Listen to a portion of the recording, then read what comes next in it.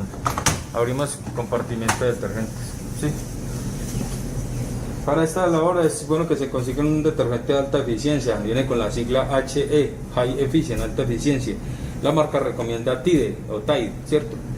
Para carga máxima se echa jabón aquí, hasta donde dice Max. ¿Sí o qué? Aquí suavizante, el suavizante hasta aquí, hasta donde dice Max cuando es carga máxima. Y aquí blanqueadores o vanis que sean líquidos, también aquí hasta donde dice Max, ¿cierto? Todo eso es para carga máxima. Si es menos carga de ropa, entonces echan menos jabón, menos suavizante y menos blanqueador si van a usar. Cerramos esta gaveta.